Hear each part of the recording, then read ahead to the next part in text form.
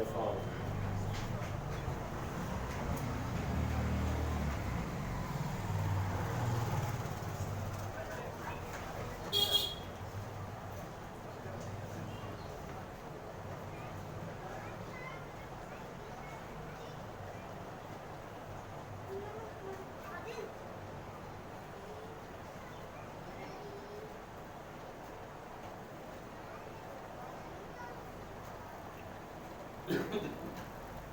أعوذ بالله من الشيطان الرجيم.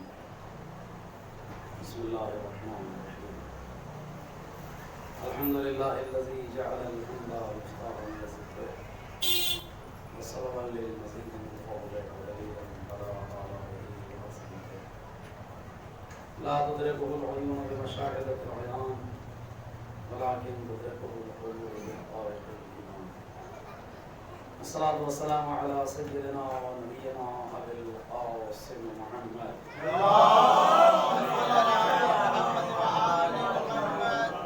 والصلاة والسلام على الطيبين الطاهرين المعصومين ولعنة الله على أعدائهم أجمعين من الآن إلى قيام الدين. آمين يا رب العالمين. مبارك قال الله سبحانه وتعالى بسم الله الرحمن الرحيم. ليس للإنسان إلا ما سعى. صلوات محمد.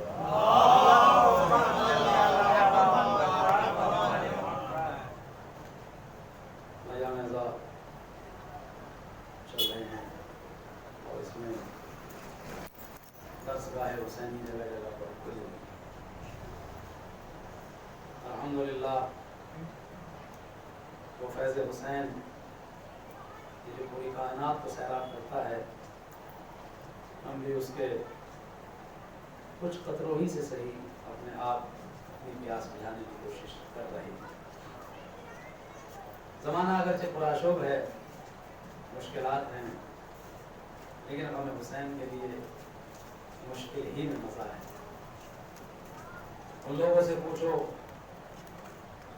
کہ جن کے ہاتھ قطع کیے گئے زیارتوں کے لیے زیارت کے لیے گئے، ان سے پوچھئے جنہیں اپنی جان سے ہاتھ ہونا پڑا اور راستوں میں انہیں شہید کر دیا گیا اور پھر خود حسین ان کی زیارت کے لیے آئے، تو ان کے لطف میں، ان کے مزے میں اور کتنا اضافہ ہوگا. جتنی مشکل بڑھتی ہے اتنا ہی ذکر اہل بیت میں لطف آتا ہے. اور اگر دلیل چاہیے تو چلیے کوفے کے اس مقام پہ چلیے کہ جہاں پر میثم کو سولی دی گئی. میثم نے کبھی کچھ شان سے ذکر علی نہیں کیا کہ شان سے دار پر چڑھ کے کیا. ذکر تو کیا ہی، اس سے انکار نہیں ہے، لیکن جو لطف میثم کو وہاں آیا ہے اور کہیں نہیں آیا. اور یہ دنیا کا اصول بھی ہے کہ پیاس میں ہی پانی اچھا لگتا ہے، بھوک میں ہی روٹیاں اور غذا اچھی لگتی ہے. تو اگر بندشیں ہوں گی مجالس پر، اگر عزائے حسینی پر دشواریاں ہوں گی، تو جتنی جب بھی موقع ملے گا تو اس کے لطف میں اضافہ تو ہوگا، کمی نہیں ہوگی. صلوات محمد.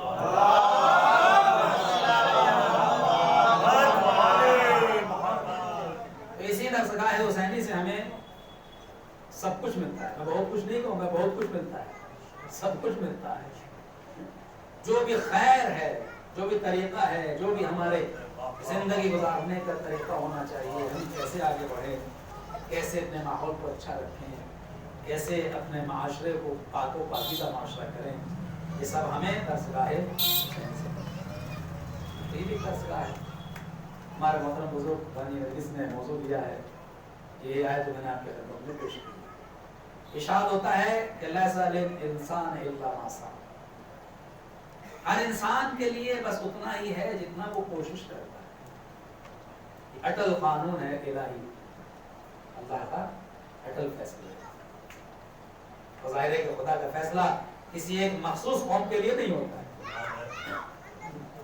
اس لیے کہ اگر وہ کسی ایک مخصوص قوم کا اللہ ہوتا تو فیصلہ اسی کے لیے ہوتا. یہ ہماری جیسے کی نالائقوں کی حکومت تھوڑا ہی ہے. صلوات پر محمد.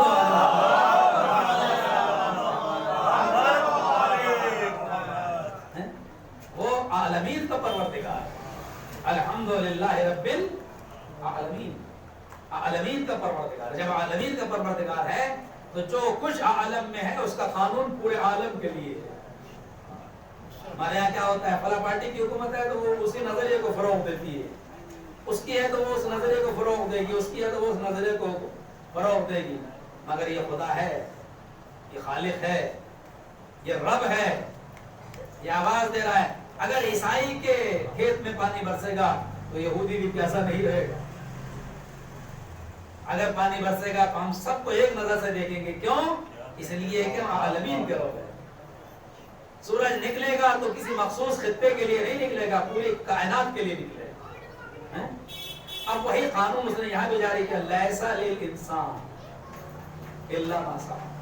یہ نہیں کہا لیس للمؤمن, لیس للمسلم, لیس للکافر, لیس للمنافق, ایسا کچھ نہیں. انسان, اب اگر وہ انسان مومن ہے تو انسان منافق ہے تو انسان مسلم ہے تو انسان کافر ہے, کوئی بھی ہے, جو جیسی کوشش کرے گا اس کو ویسا ہی نتیجہ ملے گا, ویسا ہی اسے پھل ملے گا. کیوں؟ اس لیے ملے گا کہ وہ اللہ کے نظام پر حکومت, نظام کو فالو کر رہا ہے. اب اگر یہاں کہا جا رہا ہے انسان الا ما سعى, لیس للانسان الا ما سعى, اس کو آپ دیکھیں ذرا ملاحظہ فرمائیں. کوشش انسان کو کہاں پہنچا دیتی ہے؟ کوشش کرتا ہے انسان, کوشش زندگی کا نام, کوشش زندگی کا نام ہے. بچہ ماں کی آغوش میں ہے, پیدائش ہو چکی ہے, آغوش مادر میں ہے. اگر وہ نہ روئے تو ماں یہی سمجھتی رہے گی بھوکا نہیں. ملاحظہ فرمائیں, اگر وہ گریہ نہ کرے تو ماں یہ سمجھ رہے گی اسے بھوک نہیں لگی ہے. لیکن اگر وہ رونے لگتا ہے تو ماں سمجھ لیتی ہے یہ بھوکا ہے, اس کو دودھ کی ضرورت ہے. یہ دودھ اس نے کب پلایا ماں نے بچے کو؟ جب اس نے رونا شروع کیا. یہ رونا نہیں ہے, یہ دودھ پانے کی کوشش ہے. یہ رونا نہیں ہے, یہ دودھ پانے کی کوشش ہے. بچہ اور بڑا ہوا اور گریہ کرنے لگا. کیوں؟ ابھی بولنا نہیں جانتا ہے, بولتا نہیں ہے. ماں سمجھ رہی ہے اس کو کوئی درد ہو رہا ہے, دودھ بھی پلایا ہے مگر پھر بھی رو رہا ہے. اب ماں سمجھ رہی ہے لگتا ہے اس کو تکلیف ہے اس کے جسم میں. یہ تکلیف کا علم کب ہوا؟ جب اس نے کوشش کی بتانے کی زبان بے زبانی سے. زبان نہیں رکھتا ہے لیکن ایک زبان ایسی رکھتا ہے جو ہر زبان پر حاوی ہے, اور اس زبان کا نام ہے گریہ, اس زبان کا نام ہے رونا. اب میری سمجھ میں نہیں آتا کربلا میں, کربلا کے غم کے لیے معصومین نے کیوں فرمایا اے میرے چاہنے والوں میرے جد کے اوپر گریہ کرو؟ اس لیے کہ یہ زبان وہ ہے جو ساری زبانوں پر حاوی ہے. صلوات محمد,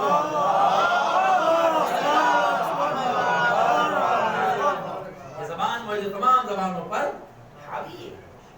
تو ماں نے اس کو دودھ پلایا, اس نے کوشش کی. کوشش میں نتیجہ ہے, جیسی بھی کوشش کرتا ہے ویسا بن پاتا ہے.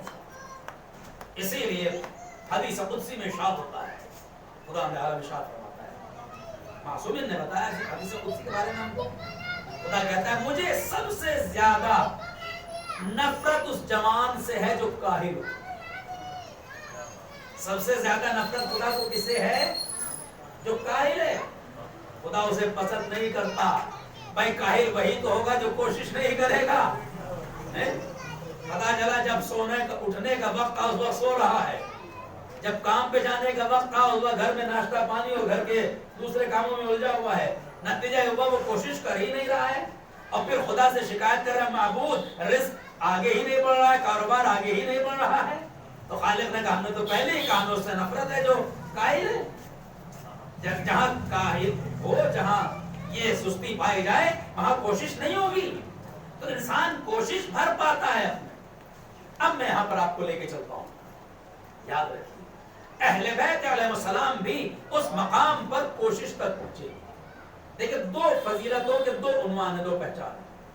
کچھ فضیلتیں وہ ہیں جو خدا نے انہیں وحبی طور سے عطا کی, یعنی خدا نے ہی دی ہیں. جیسے علی خانہ کعبہ میں پیدا ہوئے تو یہ فضیلت وحبی ہے, خدا کی عطا کر رہا ہے. اس اس میں مولا علی کا خود ڈائریکٹ کوئی دخل نہیں ہے. خدا نے انہیں معصوم رکھا, انہیں امام بنایا, گناہوں سے پاک و پاکیزہ رکھا. تو یہ ان کا خدا کا وحبی کی فضیلت ہے. خدا نے علم دیا. اگر کہیں پڑھتے اور عالم ہوتے تب کہا جاتا یہ علم ان کا کسبی ہے, کمایا ہوا ہے. لیکن ایسا تو نہیں ہے نا. ہمارا کوئی امام کہیں پڑھا نہیں ہے. انہیں جو بھی علم ملا وہ خدا کی طرف سے ڈائریکٹ ملا, رسول کے ذریعے ان تک پہنچا. لیکن کچھ فضیلتیں وہ ہیں جو ان کی کسبی ہیں, حاصل کی ہیں, کوشش کے بعد ملی ہیں. میں آپ کو ایک فضیلت کا نمونہ دکھاتا ہوں. میرے حبیب تم مکہ چھوڑ دو. کیوں؟ اس لیے کہ آج ان کی کوشش کی ہے سارے کافروں کی کہ تمہارا گھر گھیرنا چاہتے ہیں اور تمہیں قتل کرنا چاہتے ہیں. مگر اپنی جگہ علی کو سلا کے جاؤ, کسی ایسے کو سلاؤ جو تم جیسا سوچو, کسی ایسے کو سلاؤ جو تمہارے جیسی سانس لیتا ہو, کسی ایسے کو سلاؤ جو تمہارے جیسے کروٹیں لیتا ہو. اس لیے کہ اگر یہ نہیں ہوگا تو پتہ چل جائے گا نا کوئی غیر سو رہا ہے. ان کو پتہ نہ چلنا چاہیے کہ تم سو رہے ہو یا کوئی دوسرا سو رہا ہے. میں امت مسلمہ سے پوچھنا چاہوں گا, یہ خدا ڈر رہا ہے معاذ اللہ یا تقیہ کر رہا ہے؟ صلی اللہ علیہ محمد خدا کو تو کوئی خوف ہے نہیں, خدا تقیہ بھی نہیں کر رہا ہے. اسے کیا ضرورت ہے؟ وہ تو ہم جیسے لوگوں کے لیے ہے, ڈرپوک لوگوں کے لیے. تو پھر خدا کو کیا ضرورت تھی؟ آواز آئے گی, ہم سارے مسئلے چٹکیوں میں حل کرنا چاہتے ہیں. آج دیکھ لینا کہ جو بستر پہ سو سکتا ہے وہی بعد پیغمبر ان کی مسند پر بیٹھ سکنے کا حق رکھتا ہے. صلوات پر محمد.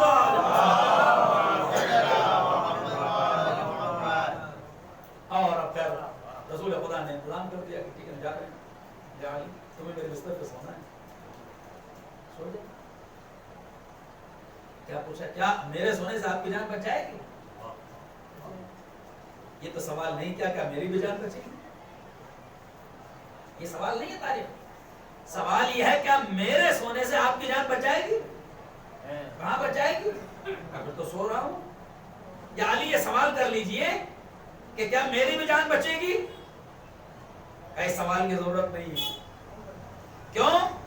اس لیے ضرورت نہیں ہے, اگر یہ سوال کر لیا جائے اور رسول کہتے ہیں کہ ہاں جان بچ جائے گی تو پھر سونا کوئی فضیلت نہیں ہوگا.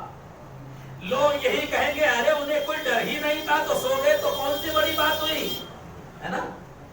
انہیں کوئی ڈر ہی نہیں تھا, رسول پہلے ہی کہہ کے چلے گئے تھے کہ ہاں تمہاری بھی جان بچ جائے گی. مگر یہ سوال نہیں کیا کہ میری جان بچے گی, نہیں, اپنی جان کو خطرے میں ڈال کے رسول کی جان بچائی. اپنی جان کو خطرے میں ڈال کے رسول کی جان بچائی. اب میں یہاں پر موضوع سے متعلق جملہ کہہ کے آگے بڑھنا چاہوں گا. یہ علی سو نہیں رہے ہیں, رسول کی جان بچانے کی کوشش کر رہے ہیں, صحیح کر رہے ہیں کہ میرے رسول کی جان بچ جائے. آواز قدرت آئی, جتنی انسان کوشش کرے گا اسے پھل دیں گے, اسے پھل دیں گے. خدا نے کیا پھل دیا؟ اب یا علی یہ تمہارا سونا نہیں ہے, ہم نے تمہارا نفس خرید لیا, اپنی مرضی تمہارے حوالے کر دی. صلوات پر محمد.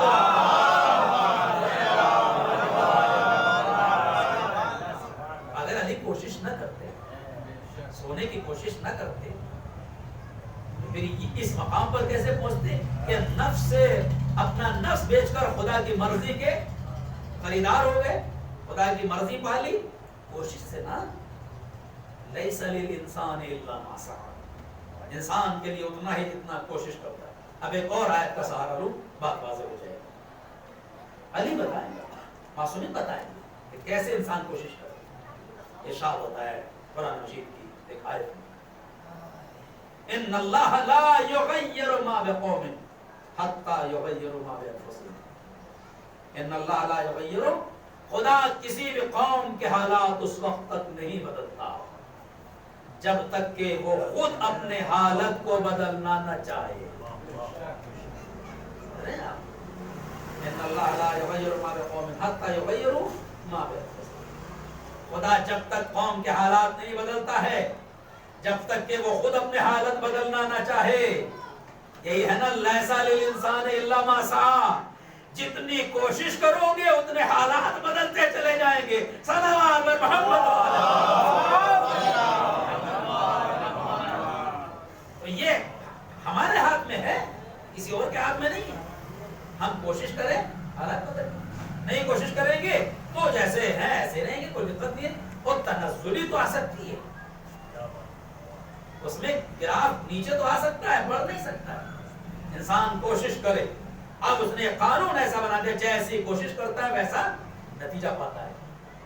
ہم کوشش کر رہے ہیں برائی کی، امید رکھ رہے ہیں اچھائی کی، ایسے ناممکن ہے نا. ایک واقعہ کی خدمت پیش کر دو، بات واضح ہو جائے. جناب لقمان جو تھے غلام، یہ ایک ان کا آقا غلام، اور یہ افریقہ کے رہنے والے تھے، ایک دم سیاہ. اور جو دوسرے اور ان کے دائرے کے وہ کوئی بہت بڑا آدمی تھا، اس کے اور بہت سارے غلام تھے. لیکن جناب لقمان بہرحال ایک حکیم تھے اور اللہ کے منتخب بندے تھے، تو ان کا کردار دوسروں سے بالکل الگ تھا. ان ساری چیزوں کے باوجود انہیں غلام بہت چاہتا بھی تھا، کیونکہ محنت کرتے تھے، کبھی غلطی کرتے ہی نہیں تھے. ایک دن ان کے آقا نے ان کو تل دیے. تل کہ جاؤ یہ کھیت میں بو دینا، کھیتی ہوتی تھی، اور ان کو تل لینے کے بعد کہا ان کو کھیت میں بو دیا. جناب لقمان گئے اور انہوں نے تل کی جگہ گیہوں بو دیا. تل کی جگہ گیہوں بو دیا. کون ہے یہ؟ لقمان حکیم.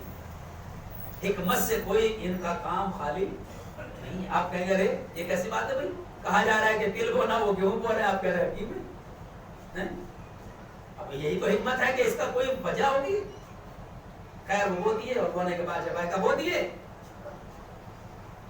اب کچھ بچا ہے، تھوڑا بہت یہ بچا ہے، ارے یہ تو گیہوں ہے، ہم نے تو کہا تھا تم کو تل بونا ہے، یہ تم نے کیوں گیہوں بوئے ہیں؟ کہا سرکار مجھے امید ہے انشاءاللہ، مجھے امید ہے انشاءاللہ تو نہیں کہا، مجھے امید ہے کہ تل نکل آئیں گے. سمجھ رہے آپ؟ تل نکل آئیں گے مجھے امید ہے. پر غصے ہو گئے جناب لقمان کے جو آقا تھے، وہ غصے ہو گئے. بیوقوف ہو، یہ کیسے ہو سکتا ہے کہ ہم تل بوئیں اور گیہوں نکلے؟ سمجھ رہے آپ کہ ہم تل بوئیں اور اس کی جگہ گیہوں نکلے؟ بھائی گیہوں بوئے جائیں گے تو گیہوں نکلیں گے، تل بوئے جائیں گے تو تل نکلیں گے. اس کا مطلب وہ جانتا تھا انسان جتنی کوشش کرے گا اتنا پائے گا. سمجھ رہے آپ؟ جب تم نے تل بوئے ہیں تو گیہوں کیسے نکلیں گے؟ اور وہی جناب لقمان نے کہا حضور میں یہی کہنا چاہ رہا ہوں، آپ کام کر رہے ہیں جہنم کے، امید لگا رہے ہیں جنت کی. صلوات بر محمد.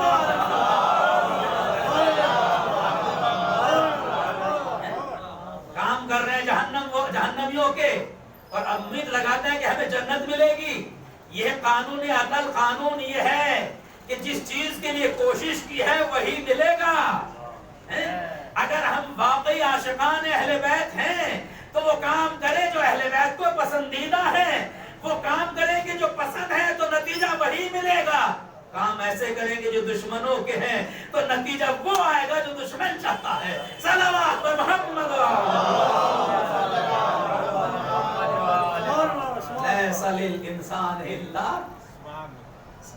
جو انسان کوشش کرتا ہے وہی نتیجہ ملتا ہے. فوراً کا جو واقعہ تھا وہ سمجھ گیا. یہ رونے لگا، ارے لقمان تم نے میرے عقل کے دریچے کو، بات بالکل صحیح کہہ رہے ہو. اور اسی دن اس نے توبہ کی اور اللہ کا موحد بن گیا.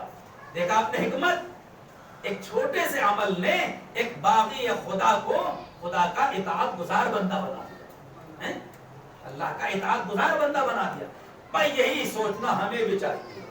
ہم اپنے گھر میں جیسا بوئیں گے ویسا کاٹیں گے، ہے نا؟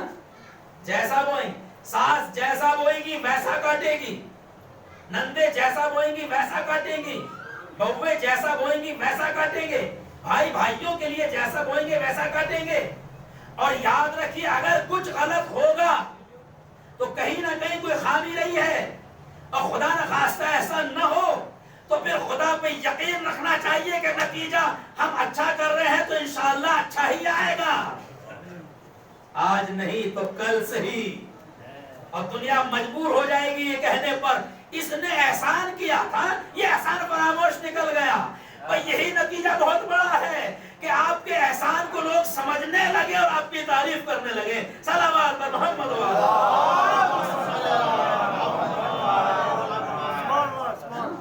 کبھی کبھی لوگ کہتے ہیں مولانا ہم تو بہت اچھا کرتے ہیں، بھائیوں کے لیے اچھا کیا مگر وہ نتیجہ اچھا نہیں ملتا۔ یاد رکھ ایسا نہیں ہے، یہ نظام پروردگار۔ کبھی کبھی وہ اپنے بندے سے بے پناہ محبت کرتا ہے تو اسے مشکلات میں ڈال کر اس کے لیے ایسا انتظام کر دیتا۔ حدیث میں آیا ہے کہ بندے مومن کی دعاؤں کو خدا کے حصوں میں اس نے اس کو تقسیم کیا ہے۔ یا تو وہ دعا ذخیرہ کر دی جائے گی کسی اور موقع کے لیے، دعا آج مانگ رہے تھے آج قبول نہیں ہوئی، کچھ اور مانگ رہے تھے وہ نہیں ملا، بلکہ ایک دن کیا ہوا کہ بس کے سامنے کچھ لے ہی جا رہے تھے کہ بچ گئے۔ ہم نہیں جانتے کہ کون سی دعا کو بچا کر آج کے لیے اللہ نے رکھا تھا کہ یہ بندہ اس وقت دعا نہیں کر پائے گا، موقع ہی نہیں ملے گا اس کو۔ لمحوں میں حادثات ہو جاتے ہیں نا، تو امام نے فرمایا کبھی کبھی دعا کو ذخیرہ کر کے رکھا جاتا ہے، کبھی اسے قبول کر لیا جاتا ہے، کبھی کبھی قبول ہی نہیں کیا جاتا۔ امام نے فرمایا جسے قبول نہیں کیا جاتا جب قیامت کے دن اس کا اجر ملے گا، یہ کہا جائے گا یہ اس دعا کا اجر ہے جو قبول نہیں ہوئی تھی، تو بندہ یہ کہے گا معبود اس سے تو میری کوئی دعا قبول ہی نہیں ہوتی۔ یعنی جب وہاں رزلٹ اچھا دیکھے گا تو کہے گا اس سے اچھا تو یہ تھا کوئی قبول ہی نہ ہوتی۔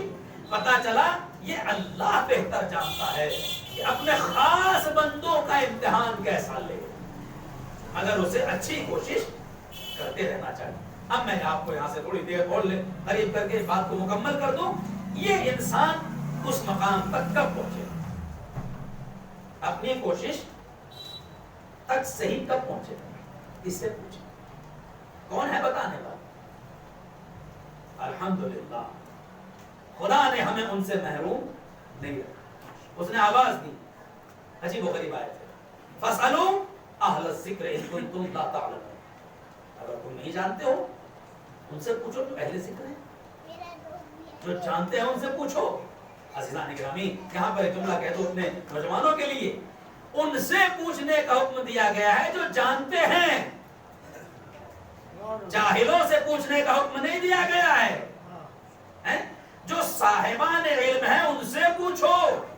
ہمارے سماج کی ٹریجڈی کیا ہے، ہر ایک کو عالم سمجھ لیتے ہیں، ہر ایک سے پوچھنے لگتے ہیں۔ قرآن کہتا ہے نہیں، جو صاحبان علم ہیں ان سے پوچھو، وہ بتائیں گے۔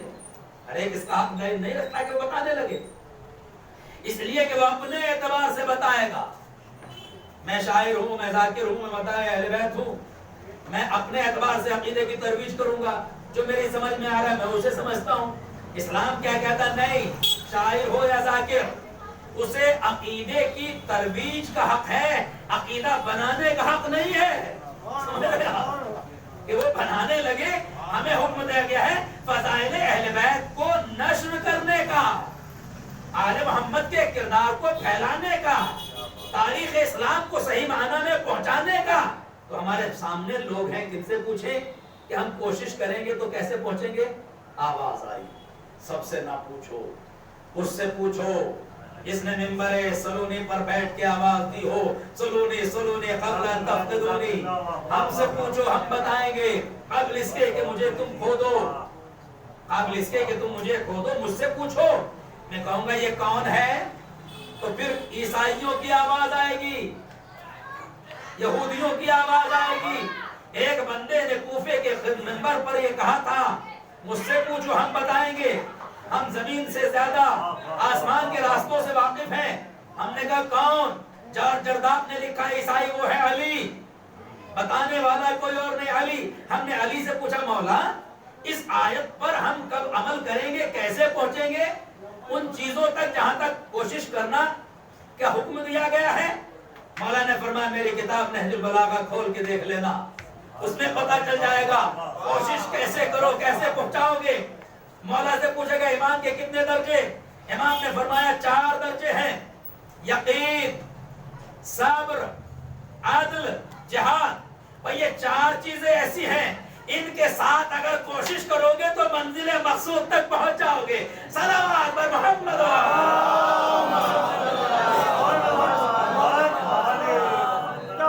یہ 4 چیزیں وہ ہیں. نہج البلاغہ میں کلمات کے ساتھ نہج البلاغہ کے 3 حصے ہیں. پہلا حصہ وہ ہے جس میں خطبے ہیں، دوسرا حصہ وہ ہے جس میں خطوط ہیں مولا کے، امیر شام کے نام اور دوسروں کے نام، جس کے جیسے خطوط آتے. اپنے کسی گورنر کسی کو بنا رکھا ہے اس کے نام، کسی کو والی بنا رکھا ہے اس کے نام. حالانکہ وہ پورے نہیں ہیں. نہج البلاغہ میں سب پر نہ خطبے کمپلیٹ ہیں نہ خطوط کمپلیٹ ہیں. جتنے سید رضی کو اس وقت ملے ان غریب نے اس کو جمع کر دیا. کلمات القصار تقریباً 480 ہیں، وہ بھی کمپلیٹ نہیں ہے، ورنہ تو ماشاءاللہ الحمدللہ مولا کے خطبات، ان کے کلمات بے شمار ہیں. پوری کتاب غیر الحکم ہے، سینکڑوں ہزاروں تو اس میں نہیں ہے. خیر، تو یہ کلمات قصار میں سئل عن الایمان، ایمان کے بارے میں پوچھا گیا. مولا نے فرمایا الاربع شعب، اس کے 4 شعبے ہیں، یقین، صبر، عدل اور جہاد. اب اس کو ذرا تھوڑا وضاحت کے ساتھ پیش کر دوں تو بات واضح ہوگی. مسئلہ رکھا پہلا نے مولا نے کہ یقین ہونا چاہیے. یقین، بغیر یقین کے مسئلہ سارا کا سارا بیکار. اگر ہمیں یقین نہ ہو کہ ہماری نماز قبول نہیں ہوگی تو دیکھیے نبی کوئی فائدہ نہیں. معصومین نے فرمایا یہ تو کہا گیا ہے، یہ تو کہا گیا ہے کہ تم اللہ کی بارگاہ میں پیش کرو، لیکن خدا سے حسن ظن رکھتے ہوئے یہ یقین رکھنا کہ انشاءاللہ میری عبادت قبول ہوگی. یہ یقین نہیں کر سکتے ہم کہ قبول ہو گئی. قبول ہونے پر یہ رکھیں کہ انشاءاللہ قبول ہوگی. اگر یہ یقین رہے گا ہوگی تبھی تو پڑھنے میں مزہ ہے. اور اگر یہ کتاب قبول پتہ نہیں ہوگی کہ نہیں ہوگی، ہے نا، تو یہ ہوگی نہیں ہوگی میں نہیں رکھنا چاہتا. ہمیں اللہ ہمیں یقین کے منزل میں رکھنا چاہتا ہے. اب کسی نے پوچھا کہ سوال یہ ہے پتہ کیسے چلے کہ نماز قبول ہوگی؟ تو معصومین نے فرمایا قرآن نے اس کا فیصلہ کر دیا ہے، ان الصلاۃ تنہی عن الفحشاء والمنکر. نماز انسان کو برائیوں سے روکتی ہے. جب نماز کے ساتھ برائیوں سے بچ جاؤ تو یقین کر لینا کہ نماز قبول ہو گئی ہے. صلوات بر محمد. تو یقین کا مرحلہ بڑا اہم ہے نا. بھائی یقین ہے تو فائدہ کیا پڑھنے کا ہے؟ اور اسی لیے معصومین نے فرمایا یقین کے ساتھ سو جانا، یقین کے ساتھ سو جانا بے یقینی میں عبادت کرنے سے افضل ہے. بے یقینی میں نماز پڑھنے سے یقین کے ساتھ سو جانا بہتر ہے. اب آپ کہیں گے یہ تو بات عجیب سی لگ رہی ہے، یہاں یہ نہیں کہا جا رہا کہ نماز پڑھنے سے روکا جا رہا ہے، یہ کہا جا رہا ہے بے یقینی کے ساتھ نماز پڑھنے سے. وہ سونا زیادہ بہتر ہے جس میں یقین ہو. آپ کہیں گے دلیل، خدا اپنے بندے کو بلا وجہ محنت نہیں کروانا چاہتا. 1 گھنٹہ محنت بھی کر رہا ہے یقین بھی نہیں. صلوات بر محمد.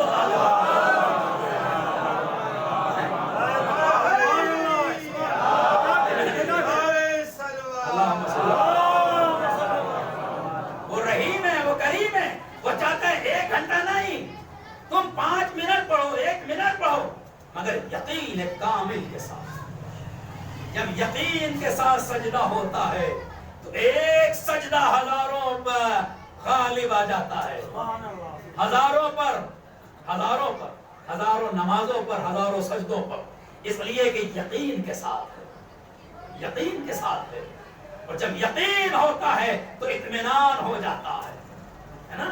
اور جب اطمینان ہو جاتا ہے تو مالک کی آواز آتی ہے، اے بندے میں تو تجھ سے راضی ہو چکا، اب تو بھی مجھ سے راضی ہو جا. صلوات بر محمد. اطمینان کی مقصود یقین بہت اہم ہے. ہم یقین کو ہلکا نہ لیں. یقین ہی سارے مسائل ہیں. بے اطمینانی، بے چینی، بے سکونی یہ ہمارے یہاں کا شیوا شعار نہیں ہے. خدا نے اس کی تائید اور تعریف نہیں کی ہے. ارے انبیاء کو للکار دیا. دیکھ رہے ہیں آدھا جسم جو ہے وہ خشکی کے جانور کھا رہے ہیں, آدھا جسم جو ہے وہ سمندر یعنی اس کے دریا کے جانور کھا رہے ہیں. اور جناب ابراہیم کہہ رہے معبود اسے تو کیسے زندہ کرے گا جبکہ اس کا جسم تو بڑھ چکا ہے, کچھ مچھلیاں کھا چکی, مگرمچھ کھا چکے, یا جو جانور دریائی ہیں وہ کھا چکے, اور جو حصہ باہر ہے اسے خشکی کے جانور کھا چکے. آواز آئی کیا تمہیں یقین اور اطمینان نہیں ہے ہمارے قدرت کاملہ پر؟ ہے تو لیطمئن قلبی, اطمینان قلب چاہتا ہوں. ارے اطمینان قلب یہ کا نام تو یقین ہے نا. اطمینان قلب کون؟ ابراہیم جیسا. قرآن کہہ رہا ہے, میری طرف سے بات نہیں ہے. الحمدللہ میں کوشش کرتا ہوں کہ اپنی طرف سے کوئی بات نہ کروں, مجھے کوئی یقین نہیں ہے اپنی طرف سے کہنے. میں آپ تک معصومین کی بات پہنچانے کے لیے ذمہ دار ہوں, امین ہوں. اگر ان کی بات سے ہٹ کے کوئی بات کہوں گا تو میں خائن کہلاؤں گا. مجھے ضرورت کیا ہے استغفر اللہ اپنے لیے گڑھا کھودنے. تو قرآن کہہ رہا ہے کیا تمہیں اطمینان و یقین نہیں ہے؟ مگر چاہتا ہوں, اپنی آنکھوں سے دیکھنا چاہتا ہوں. 4 پرندے پکڑ لینا, پکڑ لیے, تفصیل نہیں, بس منزل تک پہنچانے کے, ان کو ذبح کر کے ان کے ٹکڑے ٹکڑے کر لینا, گوشت آپس میں ملا لینا, 4 گاڑیوں پر رکھ دینا ابراہیم, اور پھر انہیں تم آواز دینا. ابراہیم نے وہی کیا, 4 پرندے لیے. وہ تفصیلات ہیں کون کون پرندے تھے, ظاہر ہے کہ وہ مجھے نہیں بتانا, اس کی ضرورت نہیں ہے موضوع پر آنے کے لیے. اور جب سارے 4 پرندے ذبح کر لیے, انہیں گوشت ملا لیا آپس میں, خالی چونچ اپنے ہاتھ میں رکھی. اب جناب ابراہیم نے آواز دی ان کے جسم کے حصوں کو پہاڑیوں پر رکھنے کے بعد, اے فلاں جانور, اے فلاں جانور, اے فلاں جانور, مختلف کے نام لیے. تاریخ نے لکھا کہ جو جس جانور کے جسم کا حصہ تھا وہی حصہ آ کر اپنے جسم میں یعنی اس منقار میں, چونچ میں مل گیا اور پرندہ کمپلیٹ ہو گیا. ایسا نہیں کہ بطخ کا مرغے میں چلا گیا اور مرغے کا جو ہے بطخ میں چلا گیا, ایسا نہیں. تاریخ نے یہ لکھا, قرآن نے لکھا, زندہ ہو گئے. اب جناب ابراہیم, اب کہا اللہ نے ابراہیم اب تو یقین ہوا, ہم کیسے زندہ کرتے ہیں. آبجیکشن کیا تھا ابراہیم کو؟ کچھ جانور خشکی کے کھا گئے ہیں, کچھ تری کے کھا گئے ہیں, یعنی اس کا گوشت الگ الگ حصوں میں چلا گیا ہے. وہی دکھانا چاہ رہا تھا خالق کائنات. ہم نے انہیں کاٹا, تم نے انہیں کاٹا, الگ الگ رکھا, جب یہ چلے آئے ہیں تمہاری آواز پر, آج ناجی وہ غریب ہے, ہمارے کہنے سے تمہاری آواز پر یہ پرندے چلے آئے تو ہم تو خالق مطلق ہیں, قادر مطلق ہیں. مگر میں کہوں گا ابراہیم بڑے خوش نصیب ہو, جانوروں کو پکارا تو چلے آئے پہاڑیوں سے. ذرا کبھی اسلام کی تاریخ بھی دیکھ لیتے, پیغمبر پکار رہے آ جاؤ مگر کوئی آنے کا نام نہیں لے. صلوات محمد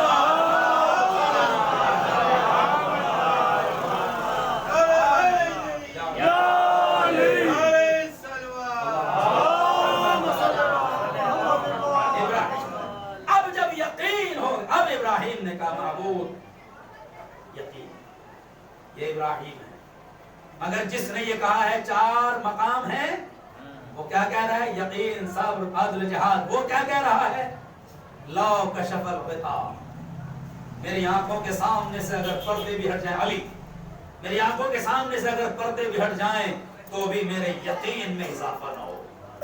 یقین کی اس منزل پر ہے ابو طالب کا لال کہ اس کے بعد یقین کا کوئی درجہ ہے ہی نہیں. آخری منزل ہے یقین کی جس پر علی فائز ہے. یہ ہے وہ یقین, آخری منزل یقین. یہی یقین تھا جو علی کو بستر رسالت پہ سلا رہا تھا.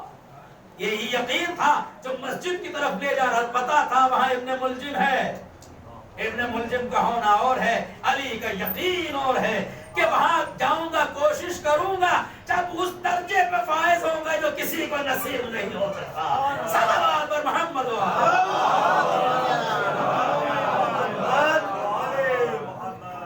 کعبہ ولادت و مسجد شہادت. کعبے میں ولادت ہے, مسجد میں شہادت ہے, مگر یہ شہادت کس لیے ہے؟ لیس للانسان الا ما سعى. کوشش کی علی نے, گھر میں بیٹھ نہیں گئے ہیں کہ وہاں ابن ملجم ہے تو ہم کیوں جائیں, پی ایسی لگی ہوئے ہم کیوں جائیں. خیر حالات کے کلے موضوع ہے, اسلام نے یہ بھی نہیں کہا خودکشی کو، لیکن ایک بات کہہ رہا ہوں ہے خطرہ ہے وہاں کیوں جائیں؟ علی سے پوچھو، کوئی میسج ہے، چھوٹے چھوٹے میسج ہیں، اتنا کافی ہے، علی سے پوچھو، معلوم ہے وہاں ابن ملجم ہے، مجھے قتل کرنے کے لیے آیا ہے، سب کچھ معلوم ہے، مگر علی یہ کہہ کے مسجد نہیں چھوڑتے کہ مسجد میں کیوں جائیں وہاں خطرہ ہے۔ علی کہتے ہی اسے ہیں جو خطروں کے درمیان عبادت الہی کو بجا لائے، جو مسلح کو اس وقت بچھا دے جب تیر برس رہے ہوں، مگر نماز نہیں چھوڑ سکتے، تیر برس رہے ہیں تو برسنے دو، ابن ملجم وہاں ہے تو ہونے دو، مجھے اپنے رب کی عبادت اور اطاعت کرنا ہے تاکہ یقین کا مظاہرہ کیا جا سکے اور اپنے چاہنے والوں کو بتایا جا سکے۔ یقین صبر، مرحلہ صبر کا آتا ہے، یقین کا ساتھ دیتا ہے صبر۔ آپ کیسے کیسے دیں گے؟ صبر بہت بڑی نعمت ہے، صبر بہت بڑا ہتھیار ہے، صبر نہ ہو تو انسان آگے نہیں بڑھ سکتا، صبر نہ ہو تو انسان منزل مقصود تک نہیں پہنچ سکتا، صبر نہ ہو تو ماں بچے کی تربیت نہیں کر سکتی، اسے کیا معلوم کہ یہ بچہ بڑا ہو کے باغی بن جائے گا، جیسے ہی شادی ہوگی بہو کو لے کے الگ چلا جائے گا، مجھے پوچھے گا بھی نہیں، لیکن ماں صبر کرتی ہے مشکلات میں، خود اسے اچھی جگہ سلاتی ہے، خود مشکلوں میں سوتی ہے، بیمار ہو جاتا ہے تو اپنی بیماری بھول جاتی ہے، غربت میں صبر کرتی ہے، پریشانیوں میں صبر کرتی ہے، مگر بچے کی زندگی کو آگے بڑھانے کے لیے کوشش کرتی ہے، ہر مرحلے میں۔ پتا چلا صبر، جب تک صبر یقین کا ساتھ نہ دے انسان آگے نہیں بڑھ سکتا۔ بہت وقت نہیں میرے پاس، مجبوری سب سے بڑی ہے کہ بہت زیادہ وضاحت نہیں کر سکتے ان سب چیزوں کی، تو صبر ساتھ دیتا ہے یقین کا۔ اب منزل آگے بڑھی، منزل آگے بڑھی کہ انسان عدل سے کام، عدل سے کام، یقین بھی ہو صبر، لیکن اگر عدالت نہیں کر رہا ہے پھر بھی مشکل آئے گی اس کے لیے۔ مشکل کیوں آئے گی؟ مشکل کیوں آئے گی؟ اس لیے کہ عدالت صفت پروردگار ہے، عدالت صفت پروردگار ہے۔ اصول دین کتنے؟ 5، اول توحید، دوسرے عدل۔ تو جب صفت عدل صفت پروردگار ہے، اس کا مطلب یہ ہے کہ خدا انسان کو، اپنے بندے کو آگے بڑھانے کے لیے دیکھنا چاہتا ہے میرا بندہ عدل کر رہا ہے کہ نہیں، کس سے عدل کر رہا ہے، اپنے نفس سے عدل کر رہا ہے کہ نہیں، سماج میں عدل کر رہا ہے کہ نہیں، بھائیوں کے ساتھ عدل کر رہا ہے کہ نہیں، اگر کہیں نوکری کر رہا ہے تو اپنے مالک سے عدل کر رہا ہے کہ نہیں۔ وہ یہ نہیں دیکھنا چاہتا کہ مالک غائب ہے تو یہاں پر فراڈ کر لیا جائے، اس لیے کہ جب خدا نخواستہ عادل نہیں ہوگا تو پھر یقین بھی ساتھ چھوڑ دے گا، صبر بھی ساتھ چھوڑ دے گا۔ صلوات پر محمد، یقین بھی ساتھ چھوڑ دے گا اور صبر بھی ساتھ چھوڑ دے گا۔ اب اس کے بعد مرحلہ آتا ہے جہاد کا۔ دیکھیے سب وہ ٹاپک ہیں کہ جن پر ایک ایک ٹاپک پر، یعنی عدل، جہاد وغیرہ وغیرہ یا صبر اور یقین، اس پر مسلسل گفتگو ہو سکتی ہے، لیکن مجبوری ہے کہ اسی میں سمیٹنا ہے، تو وقت بھی بہت میں نے آپ کو لے لیا۔ اب آخری مرحلہ آتا ہے جہاد کا۔ مولانا نے کیا فرمایا؟ یقین، صبر، عدل اور جہاد، یہی ترکیب ہے جو مولانا نے بیان فرمایا۔ جہاد کا صاحب، جہاد سے انسان کیسے آگے بڑھے، یہ یاد رکھیے۔ میں اس میڈیا کے ذریعے یہ بات اپنے ان برادران وطن تک بھی پہنچانا چاہتا ہوں جو جہاد کا مفہوم غلط لیتے ہیں۔ جہاد کا مطلب مار کاٹ نہیں، جہاد کا مطلب مار کاٹ نہیں ہے، جہاد کا مطلب طالبانی فکر نہیں ہے، جہاد کا مطلب داعشی فکر نہیں ہے۔ جہاد عربی کا لفظ ہے جس کے معنی ہے کوشش کرنا، غلط عناصر کو ختم کرنا، نگیٹو فکر کو ختم کرنا۔ اسی لیے ہمارے حاشیوں میں خاص طور سے مسلک جعفری میں جہاد کے لیے امام کی اجازت کی شرط ہے۔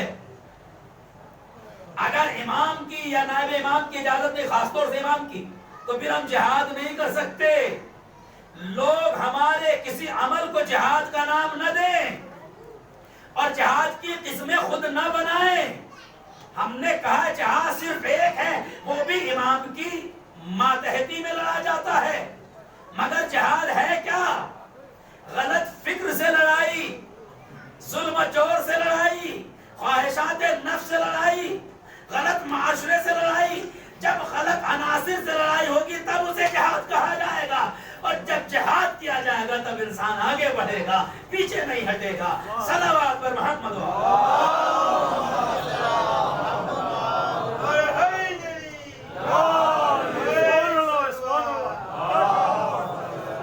انسان یہ جہاد ہم اپنے سے جہاد کریں، اپنے سے جہاد کریں، اپنے نفس سے جہاد کریں۔ اور سب سے بڑا جہاد جہاد نفس ہے۔ پیغمبر نے فرمایا اپنے نفس سے لڑنا بہت مشکل ہے۔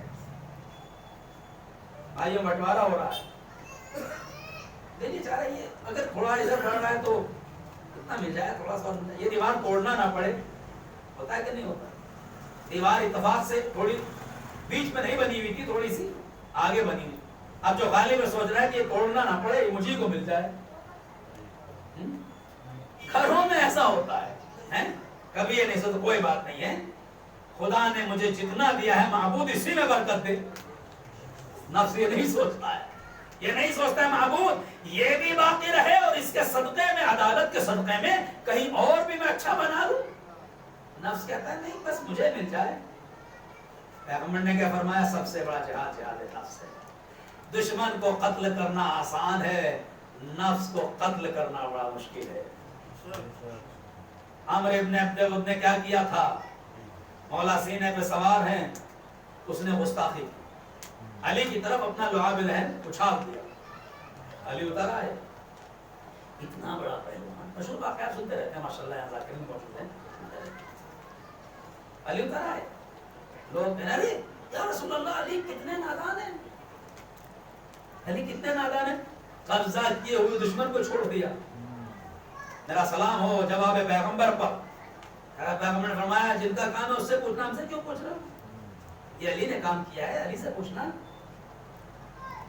اگر علی سے مشکل یہ ہے، علی سے پوچھنے کی بھی ہمت نہیں، سامنے تو بات کرنے کی بہت بڑی بات ہے، پوچھنے کی بھی ہمت نہیں۔ جب علی آ گئے، عمر ابن عبد الود کو قتل کر کے بھاگا ٹہلتے رہے، جب غصہ ختم ہو گیا اس کا سر کاٹا، اس کا سر لے آئے رسول کی خدمت میں پہنچا دیا۔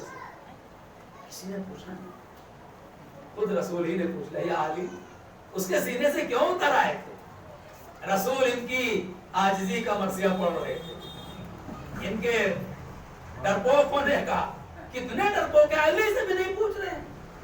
بھئی تمہاری بزم کا ایک شخص ہے، یا علی آپ اس کے سینے سے کیوں اتر آئے؟ یا رسول اللہ اس نے میرے ساتھ گستاخی کی، مجھے غصہ آ گیا، دل تو چاہا کہ اسے قتل کر دوں، لیکن میں سینے سے اس لیے اتر آیا تاکہ میرا غصہ ٹھنڈا ہو جائے، میرا نفس میرے قابو میں رہے۔ جب غصہ ٹھنڈا ہو گیا تب میں نے اسے اللہ کے لیے قتل کیا، اپنے نفس کے لیے۔ اگر اس وقت قتل کرتا جب غصہ آ رہا تھا تو یہ قتل میرے نفس کے لیے ہوتا، میں چاہ رہا تھا کہ خدا کے لیے اسے قتل کروں۔ پیغمبر نے فرمایا ایسے مقام کے لیے یہی ہے سب سے بڑا جہاد، اپنے نفس کو قتل کرنا، اپنے نفس کو کنٹرول کرنا۔ اب فرمایا ضربت علی یوم الخندق افضل من عبادت الثقلین، علی کی آج کی ضربت ثقلین کی عبادت سے افضل ہے۔ ثقلین کی عبادت سے افضل ہے۔ پتا چلا یہ جہاد بڑا اہم ہے، اور یہی ہم سے نہیں ہوتا، اپنے خواہشات کے نفس میں چکر میں پھنس کر نماز چھوڑ دیتے ہیں، دل نہیں کر رہا، صبح اٹھ تو گئے ہیں مگر تھوڑی دیر اور بس نفس جہاں غالب آیا نماز گئی، نفس جہاں غالب آیا بھائیوں کی محبت گئی، نفس جہاں غالب آیا ازواج پر بیوی پر اتیاچار شروع ہوا، جہاں نفس غالب آیا وہاں حقوق کی پامالی شروع ہو گئی۔ اسی لیے نفس کو کنٹرول کرنا بہت اہم ہے، اور یہ میں نہیں کہہ رہا ہوں، نفس اللہ کہہ رہے ہیں، پیغمبر کہہ رہے ہیں۔ اب اسی بس 5 منٹ اور آپ کی زحمت تمام کر کے، یہ بات مجھے پڑھنا نہیں تھی لیکن جب بات آ گئی تو پورا کر دیں، انشاءاللہ بات مکمل ہو جائے گی۔ ان چاروں پر گفتگو کرنا تھی، وہ ظاہر ہے کہ بات تقریباً مکمل ہوگی، لیکن مولا اس کے بعد کیا فرماتے ہیں نجم اللہ، پھر عدل کی 4 شاخیں ہیں۔ دیکھیں مولا نے جبکہ عدل کو بیچ میں رکھا تھا، لیکن یہاں پر جو ترتیب شروع کی یہاں عدل سے شروع کی، اشتیاق اچھائی کی طرف، دوسری خوف، تیسری دنیا سے بے اعتنائی، علی کا چاہنے والا ہے تو دنیا کے چکر میں نہیں پڑے گا، اس لیے کہ علی کہہ کے گئے تھے اے دنیا غری غیری، میرے علاوہ کسی اور کو دھوکہ دے، میں نے تو تجھے 3 طلاق دی ہیں۔ یہ فقرہ ہم نے بہت سنا ہے آج کل، لیکن یہ علی نے بھی استعمال کیا تھا، دنیا کو 3 طلاق دی ہے، سمجھ رہے آپ؟ اس کا مطلب ہے 3 طلاق کا تعلق دنیا سے ہے، اسلام سے نہیں ہے۔ اسلام سے اگر ہے تو اس معنی میں ہے کہ جب دنیا سامنے آ جائے تو 1 2 نہیں، اکٹھا 3 طلاق دے دو۔ اور جب 3 طلاق دے دیں گے، یاد رکھیے، تو پھر واپسی کا کوئی امکان نہیں ہے۔ یہاں تو خیر الگ الگ بہت کچھ ہوتا ہے، میں بات نہیں کروں گا۔ تو مولانا فرمایا دنیا سے بے اعتنائی، اور چوتھی قسم ہے اس کی شاخیں انتظار، اشتیاق، خوف، بے اعتنائی دنیا سے اور انتظار۔ پھر مولانا نے فرمایا اور یقین کی بھی 4 شاخیں ہیں۔ روشن نگاہی، مومن دور کی دیکھتا ہے، وہ جذبات میں نہیں بہتا ہے، جذبات میں جائے فیصلہ کر لے، ایسا نہیں ہے، مومن دور کی دیکھتا ہے، روشن نگاہی، اور حقیقت کو دیکھتا ہے، خالی دور ہی کی نہیں، حقیقت کو بھی دیکھتا ہے۔ لیکن دور کا دیکھنے میں اور حقیقت دیکھنے میں بہت فرق ہے نا؟ جو دیہات سے تعلق ہوتے ہیں وہ اس بات کو خوب اچھی طرح سے پہچان سکیں گے۔ پہلے میرا تعلق ایک دیہات سے، آپ ماشاءاللہ ابھی شہر میں رہ رہے ہیں تو بہرحال کچھ اثرات آ رہے ہیں۔ ہم جب جنگلوں میں جاتے تھے تو ندی ہے، دور سے لگتا تھا کہ پانی ہے، پانی بہ رہا ہے، لیکن جب قریب جاتے تو پانی نہیں ہوتا تھا، ریت ہوتا تھا۔ اس کو بولتے ہیں سراب، شراب نہیں، سین سے سراب۔ کہ صاحب یہ کیا ہے کہ دور سے ایسا لگتا ہے جیسے پانی ہے، جو پیاسا ہے بیچارہ اس کی طرف بڑھتا رہتا ہے، جب جاتا ہے تو دیکھتا ہے پانی تو ہے ہی نہیں۔ مولا نے فرمایا خالی دور کا نہیں دیکھتا، حقیقت بھی دیکھتا ہے۔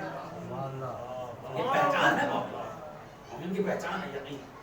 اور دوسرے عبرت اندوزی، عبرت، اور آخری مرحلہ یقین کا اگلوں کا طور طریقہ، ان کا طور طریقہ کیا تھا۔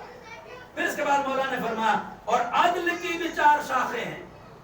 پہلے یقین کی بتائی گئی، عدل کی اور یقین کی، اس کے بعد مولا نے فرمایا اگلوں تک پہنچنے والی فکر، اس کے بعد بڑا عجیب و غریب مولا یہاں پر رکھتے ہیں بات، علم کی گہرائی، فیصلے کی خوبی اور عقل کی پائیداری، یہ ساری چیزیں ہونا چاہیے۔ اور جو آخری مرحلہ تھا کہ یقین، صبر، عدل، اور اب جہاد کا مرحلہ، امر بالمعروف۔ جہاد کی پہلی شاخ کیا ہے؟ امر بالمعروف۔ اگر علی والا ہے، نہج البلاغہ سے پیار ہے، علی کے کلام سے اسے عشق ہے، تو پھر ان باتوں کو توجہ سے سن کر عمل بھی کرے گا۔ کہ مولا فرما رہا ہے اسے امر بالمعروف کرنا چاہیے، نہیں عن المنکر، خالی تولا ہی نہیں، سمجھ رہے ہیں آپ؟ یہ نہیں عن المنکر اسی میں آتا ہے، اچھائیوں کا حکم دو، برائیوں سے روکو، اچھوں سے محبت کرو، بروں سے نفرت پیدا کرو۔ صلوات بر محمد و اور تمام موقعوں پر سچ بولنا اور بد کردار لوگوں سے نفرت کرنا۔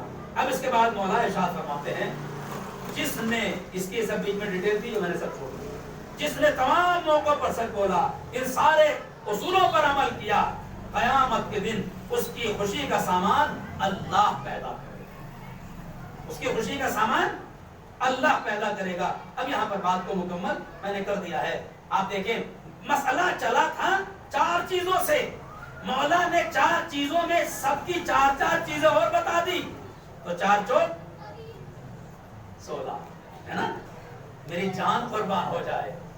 مولا نے فرمایا تھا یہ مجبوری ہمارے لیے کب بتائے گا، ورنہ مولا نے کیا فرمایا تھا، مجھے میرے رسول نے علم کے 1000 باب دیے تھے، میں نے ہر باب سے 1000 باب بنا لیے ہیں، 1000 باب بنا لیے ہیں۔ یہ تو ہماری کمقلی ہے کہ علی نے 4 کے 16 ہی بتائے، اس لیے کہ ہماری سمجھ میں پہلے 4 ہی آ جائے وہی کافی ہے۔ صلوات بر محمد۔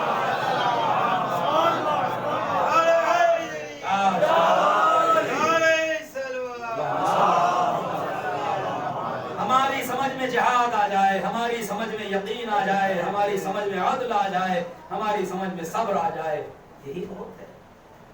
اور اسی پر عمل کر لیں بس رضانی کرام علی خطیب نہج بلاغہ علی معارف الہی کا عظیم نمائندہ ہے پہنچانے والا کہ جس سے بہتر معرفت کسی نے نہیں کرائی خدا عالم اسی لیے امام کا ایک لقب ہے امام الموحدین امام الموحدین وہ کہہ رہا ہے صبر یقین یہ ساری چیزیں کربلا میں پائی جائیں یہ ساری چیزیں ہمیں کربلا میں ملتی ہیں وہاں صبر بھی تھا وہاں یقین بھی تھا وہاں جہاد بھی تھا وہاں عدل اور اس کی شاخائیں تھی مگر یہ جو مائن پوائنٹس تھے ساری چیزیں کربلا اس لیے مل رہی تھی کہ کربلا میں علی کا بیٹا حسین اپنے بابا کے کلام کی تفسیر کر رہا تھا عزیز و ایام اربعین چل رہے ہیں اس میں اسیروں کا تذکرہ ہوتا ہے بی بی سکینہ کا تذکرہ ہوتا ہے بی بی زینب کا تذکرہ ہوتا ہے کیوں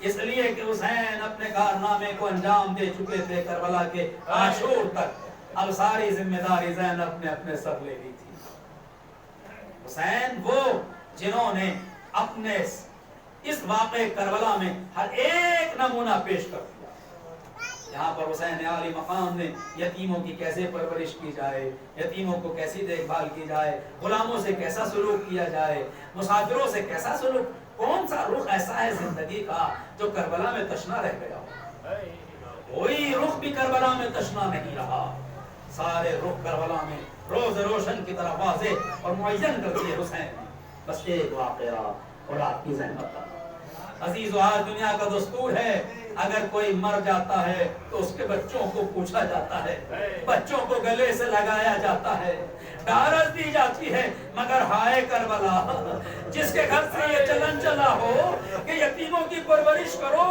اسی کے بچوں پہ قیامت تھی ایک واقعہ آپ کی خدمت میں پیش کر کے بات کو تمام کر رہا ہوں بڑی فرمائش کی ہے حسین مظلوم نے اپنے جد کے قول کی وجہ سے بھی اور خود اپنی وجہ سے بھی کہ یتیموں کا خیال رکھنا یتیموں کا خیال رکھنا تاریخ نے لکھا کہ واقعہ کربلا سے کچھ دن پہلے ایک دو سال پہلے یا جو بھی عرصے پہلے ایک عورت شام میں کس کی حکومت ہے آپ جانتے ہیں وہاں سے چل کے مدینے آئی اس کا ایک چھوٹا سا بچہ ہے جب مدینے آئی لوگوں سے پوچھ رہی ہیں ظاہر ہے وہ اجنبی ہے مسافر ہے اسے مدینے کے بارے میں معلوم نہیں ہے آئی لوگوں سے پوچھ رہی ہے یہاں حسین ابن علی کا گھر کہاں ہے لوگوں نے کہا کیوں کہ میں نے سنا ہے وہ بہت سخی ہے رحم دل میں کہوں گا بی بی رحمت للعالمین کا نواسا رحمت نہیں کرے گا تو کون کرے گا میں اس لیے آئی ہوں کہ اپنے حسین سے میری کچھ مشکلات ہیں پریشانیاں ہیں میں نے ان کا بڑا نام سنا ہے لوگوں نے بتایا بی بی محلے بنی ہاشم چلی جاؤ محلے بنی ہاشم کا پتہ بتایا گیا پوچھتی در حسین کو پہنچی جب پہنچی تب پھل باب اندر سے خادم آئی بی بی کیا یہ حسین کا گھر ہے آئی تشریف کہاں سے آئی کم شام سے آئی زینب بھی وہی رباب بھی وہی مخدرات عصمت و طہارت بھی وہی سب نے اس کا استقبال کیا بی بی اتنی دور سے آئی ہے تھکی ہوئی ہے بھوکی اور پیاسی ہے اہتمام کیا گیا ابھی بھی کس لیے آئی ہو کہ مجھے اپنے آقا حسین سے ملنا ہے میں نے سنا ہے کہ حسین بہت سخی ہیں رحم دل ہیں کہاں بھائی باہر گئے زینب نے بی بی زینب نے فرمایا بھائی ابھی باہر ہیں آ جائیں گے ملاقات کر لیجئے آپ بیٹھیے جو کچھ اہتمام کر سکتا ہے ایک میزبان وہ سارا کیا گیا کچھ دیر کے بعد امام حسین تشریف لائے سلام کا یہی حسین ہے سلام کیا کہا فرزند رسول میں نے آپ کی سخاوت کے بڑے چرچے سنے ہیں میں نے سنا ہے کہ آپ بہت رحم دل ہیں حسین سر جھکائے ہوئے ہیں ابھی بھی اپنی پریشانی کہ بس آئی ہوں ملاقات کرنے کے لیے تاریخ نے لکھا ابھی یہ بات چلی نہیں تھی کہ بچہ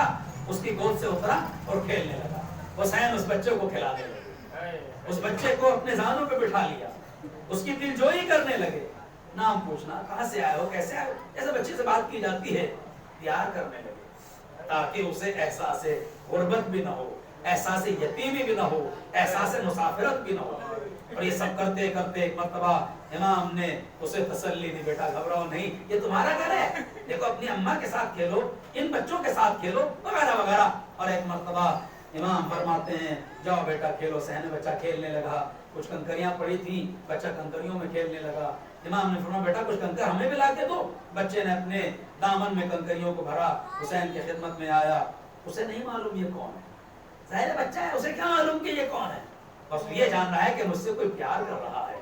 کسی یتیم کو محبت مل جائے تو اس سے بڑی دولت کیا ہوگی، پیار مل جائے تو اس سے بڑی دولت اور کیا ہوگی۔ امام نے فرمایا بیٹا کیا ہے؟ کہتا ہے آقا یہ کنکر ہیں۔ امام نے فرمایا نہیں بیٹا، یہ تو لولو مرجان ہے، یاقوت ہیں۔ بچہ نہیں جانتا ہے لیکن اس کو بتانا ہے۔ امام نے جیسے یہ کہا بچے ہاں آقا یہ تو چمک رہے ہیں، ان میں تو روشنی پیدا ہو رہی ہے۔ کہا بیٹا یہ بڑے قیمتی ہیں، یہ لولو ہے، موتی ہے، مرجان ہے، ہیرے جواہرات ہیں، اور لے کے آ، اور لے آیا۔ امام نے انہیں بھی ہیرے جواہرات میں تبدیل کر دیا اور ایک مرتبہ کہا جاؤ بیٹا اپنی ماں کو دے دو، اپنی ماں کو دے دو۔ بچہ گیا اپنی ماں کو دے دیا۔ امام نے دور ہی سے کہا بی بی ہم غریبوں کے پاس اس سے سوا کچھ نہیں ہے، تم جتنے دن یہاں رہنا چاہو رہو، مگر یہ نذرانہ ہماری طرف سے قبول کر لینا، ہمارے پاس اور کچھ نہیں ہے مال دنیا۔ اے بی بی، جب وہ بی بی کئی دن کے بعد جانے لگی تو امام نے فرمایا جا تو رہی ہیں آپ، مگر میری ایک نصیحت سن لیجئے، وہ یہ ہے کہ دیکھو یتیموں کا خیال رکھنا، غریبوں کا خیال رکھنا۔ میرے جد نے فرمایا ہے جو کسی یتیم کی پرورش کرے گا قیامت کے دن اور جنت میں وہ میرے ساتھ ایسے رہے گا جیسے یہ انگلی اس انگلی کے ساتھ ہے، نہیں برابر میں رہے گا۔ یتیموں کا خیال رکھنا۔ کچھ دن رہنے کے بعد وہ بیوی چلی گئی، مدینے سے شام چلی گئی۔ کچھ دن گزرے، سن 61 ہجری آیا، آل محمد کا گھرانہ اجڑ گیا، باغ فاطمہ ویران ہو گیا، حسین مارے گئے، اکبر کا سینہ زخمی چھلنی ہو گیا، عباس کے بازو قطع ہو گئے، اصغر کے گلے پر تیر شعبہ لگ چکا۔ اب اہل حرم کو اسیر کر کے لے جایا جا رہا ہے۔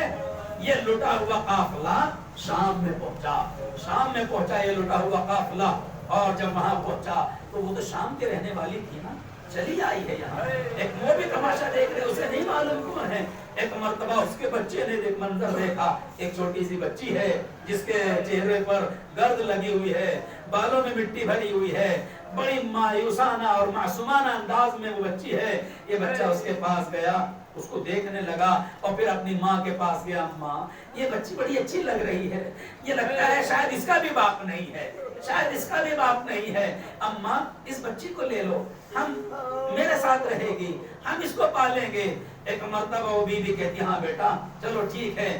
بی بی آگے بڑھی، خاندان عصمت و طہارت کے قریب آئی، ایک مرتبہ پوچھنے لگی بیوی ہو اس قافلے کی ذمہ دار کون ہے؟ سب نے اشارہ زینب کی طرف کر دیا، یہ اس کی ذمہ دار ہے۔ اس نے ہاتھوں کو جوڑا، بیوی ایک سوال ہے آپ سے، اگر برا نہ لگے تو کہہ دو ہاں بیوی بتاؤ کیا سوال ہے؟ کبھی بھی ہم یہ چاہتے ہیں آپ یہ بچی مجھے دے دیں۔ کیوں؟ اس لیے کہ مجھے یتیم لگ رہی ہے، مجھے یہ بہت غمزدہ لگ رہی ہے، یتیمہ ہے۔ کہاں یتیم تو ہے، مگر تم کیوں لینا چاہتی ہو، کیوں لینا چاہتی ہو؟ سنیں گے جملہ؟ وہ بیوی کہتی ہے میں اسے پالوں گی، پرورش کروں گی۔ کیوں؟ اس لیے کہ مجھ سے میرے آقا حسین نے کہا یتیموں کی پرورش کر لینا بڑا ثواب ہے۔ اب زینب سے نہ رہا گیا، زینب نے فرمایا بیوی پہچانا نہیں تو نے؟ ارے جس حسین نے کہا ہے یہ اسی حسین کی بچی سکینہ، تو نے مجھے پہچانا نہیں، میں زینب ہوں، یہ سکینہ تو کچھ دن پہلے گئی تھی نا مدینہ۔ ارے میرے بھائی نے اس نے سر پیٹ لیا، ہائے حسین کے بچے، ہائے حسین کی یتیمہ، وہ اس عالم میں ہے کہ اغیار پرورش کرنے کے لیے سیعلم الذین ظلموا ای منقلب الہی الزہرا وابیہا وبعلہا وبنیہا والسبل المستعلیفین وانا علیہ واسطہ ہماری اس باتوں کو قبول فرما، تمام باتوں کو قبول فرما۔ معبود اہل بیت علیہ السلام کی توسط سے امام زمانے کے ظہور کا تعجیل۔ ہماری سب سے اہم دعا یہی ہے اگر امام کا ظہور ہو جائے تو ہمارے سارے مسائل حل، پھر ہمیں کسی اور دوسری دعا کی ضرورت ہی نہیں پڑے گی انشاءاللہ۔ پروردگار ان کے ظہور کے ساتھ ساتھ ہمیں ان کے آوان انصار کو شمار، میرے معبود ان عزا خانوں کو، مومنین کے گھروں کو آباد، ان کے سر سے ہر قسم کی وبا، ہر قسم کی مشکل کو دور فرما، ہمارے درمیان محبت کی قائم فرما۔ ہمارے رشتوں کو مضبوط فرما، مومنین کے رزق میں برکت عطا فرما، اسلامی انقلاب ایران اور تمام ان ممالک کو جہاں پر شیعہ حیدر کرار آباد ہیں محفوظ و مسکون فرما، ان تمام حکومتوں کو جو تشیع کی، اسلام کی، انسانیت کی دشمن ہے نیست و نابود فرما، حکومت آل یہود اور آل سعود، امریکہ، اسرائیل اور اس قسم کی تمام حکومتوں کو نیست و نابود فرما، شیخ زکزاکی اور آقا نصر اللہ، تمام ہی ان بزرگوں کو جو جد و جہد کر رہے ہیں تشیع کے لیے، اسلام کے لیے، محفوظ فرما، بزرگارہ باق محمد و آل محمد، ہمارے جو افراد محروم ہو چکے ہیں ان کی مغفرت فرما، ان کے درجات کو بلند فرما، ہماری